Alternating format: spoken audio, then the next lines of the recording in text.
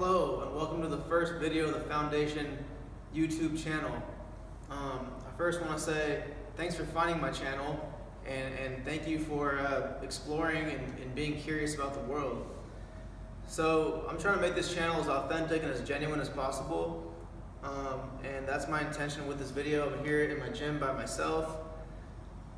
It's nervous for me to even talk about myself. You can probably tell I'm nervous right now, but that's kind of the reason why I started this channel is because I want to help people open up. I want to help people develop more of a self-worth, more of a high self-esteem about their life and their stories, because stories actually help us evolve as humanity. And your story is much more important than you think. And I want to inspire athletes to tell their stories. I want to inspire people to be more meaningful, more intentional with their lives. I want community to become more of a focus for people and for the world. I want people to just have more critical thought and use their hearts more about their life, and lead with that. So, okay, I'm not going to get nervous.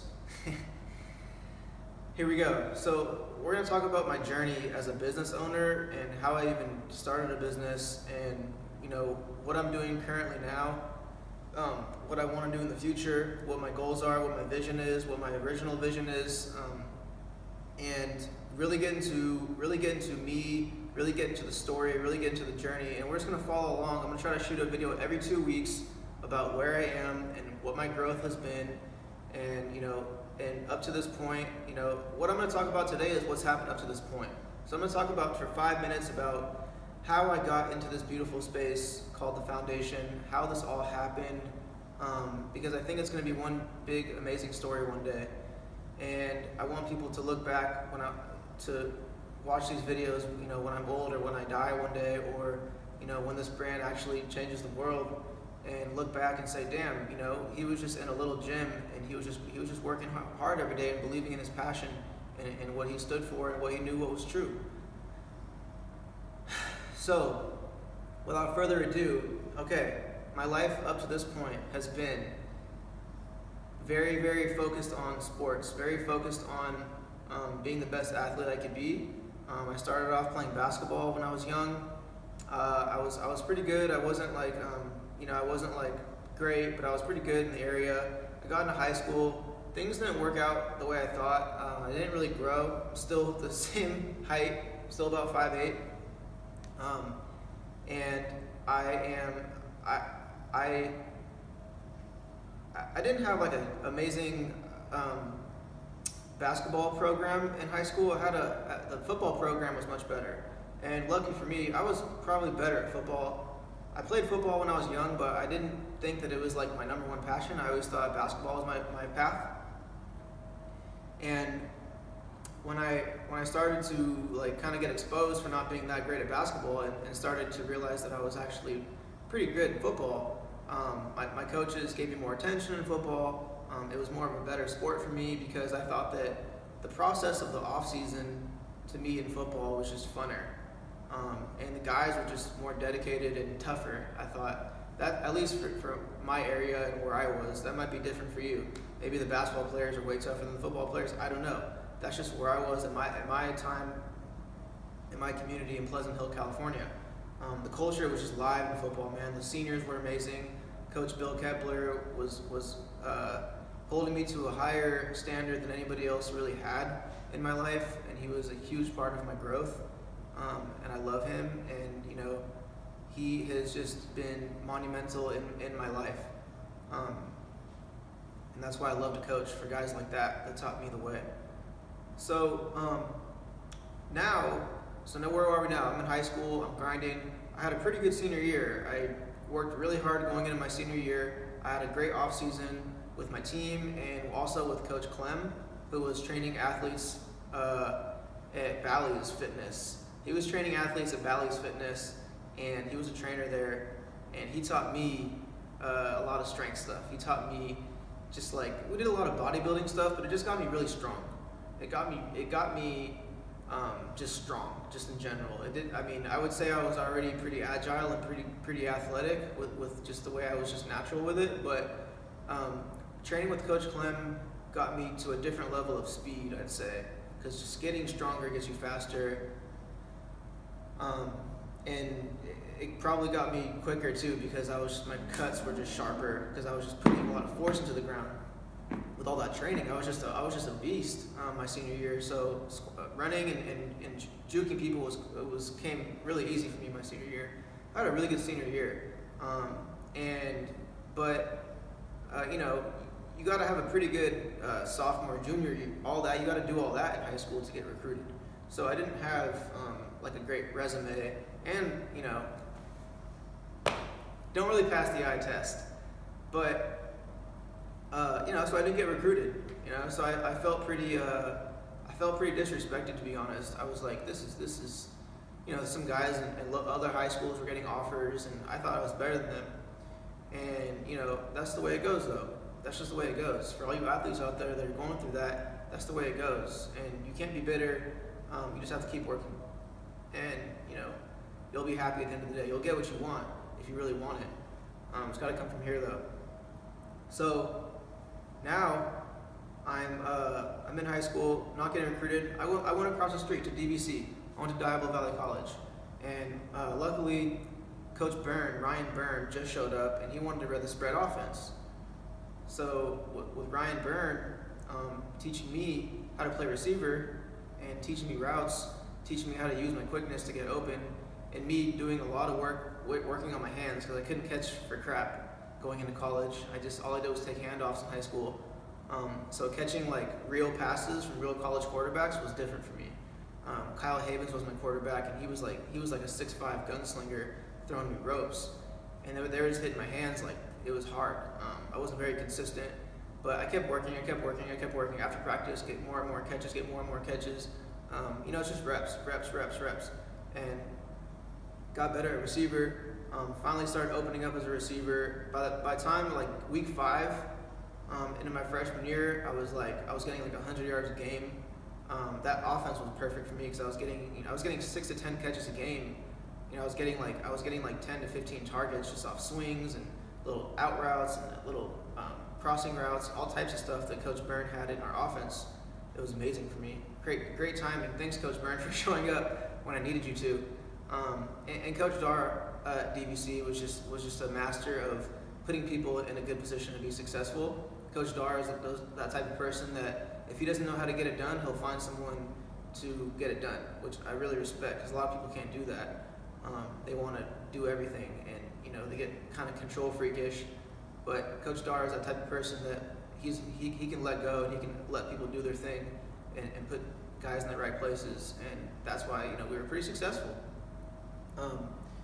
So back to the story, I'm at DVC and I'm doing pretty well.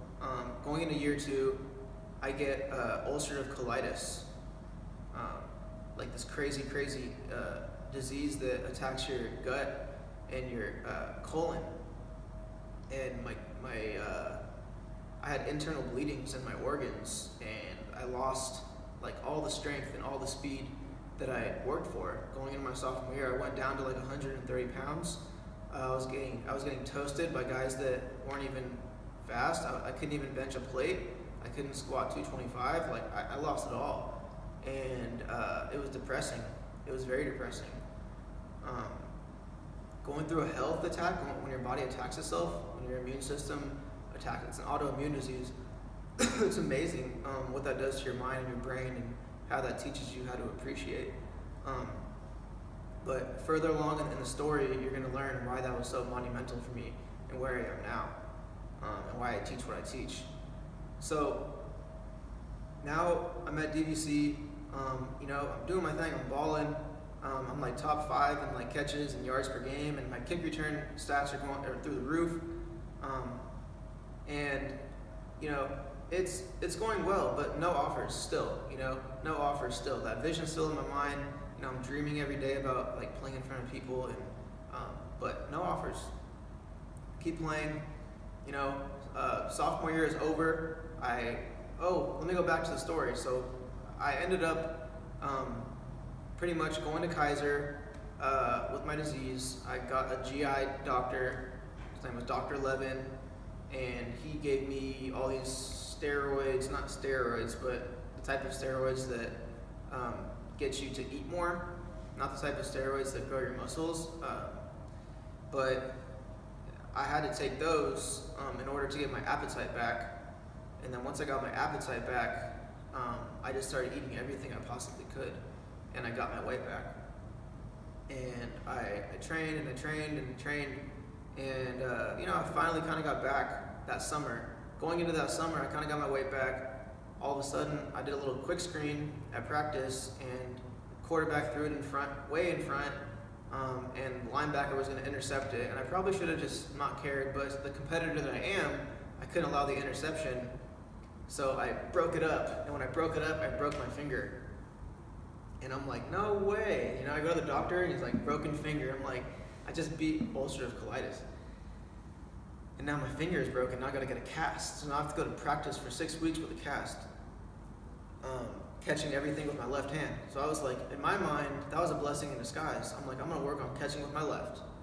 And for me, that was a blessing in disguise. You can take that either way. You can take that like, this sucks, or why me, or you can take that like, this is a great opportunity for me to work on my left. I think everything happens for a reason. I'm one of those types of people. It's pretty woo, but it's how I think. Hate it or love it, it's made me a better man. So now I'm at DBC, going into my sophomore year. I figured it out. Cast is off. Going into the season, I killed it.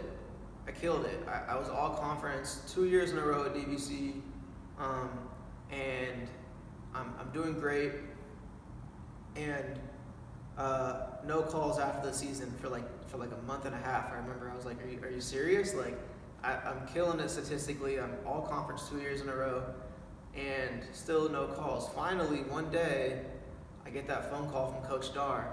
Hey, Northern Arizona's on the phone. They want to talk to you, and I think they might want to offer you a scholarship. I'm in the quad, and I'm like, holy moly! Like, it's surreal. It's just surreal when a university has interest in you. A university wants to offer you a scholarship to come play for their school and to represent their school. Incredible feeling. I get the call from Francis St. Paul. He recruited me. He said, we want to offer you a full scholarship. And I'm like, I'll never forget it. I was on the basketball courts. I drove down to the basketball courts where the locker rooms are. Francis St. Paul called me, and we're talking, and he's like, we love your game. Oh, we want to offer you. I'm like, this is crazy. This is all the work that I put in. It made sense. And, it's a gigantic part of where I am now is getting that confidence from the hard work that I put in, and understanding that if you want to have confidence, if you want to have that self-respect, if you want to have that peace of mind, you got to put the work in. You got to sacrifice. You have to say, no, I can't hang out. I can't eat that. I can't do this. I can't. Or you got to say yes at the right moments too. Discipline is saying yes when you want to say no, saying no when you want to say yes. And that's pretty much what the path was for me. So now, I go to Northern Arizona, and that's a whole nother experience. And we're going to talk about that on the next video. I'm so excited, and I'm going to post that in 2 weeks. And I look forward to that, and thank y'all for listening. Peace.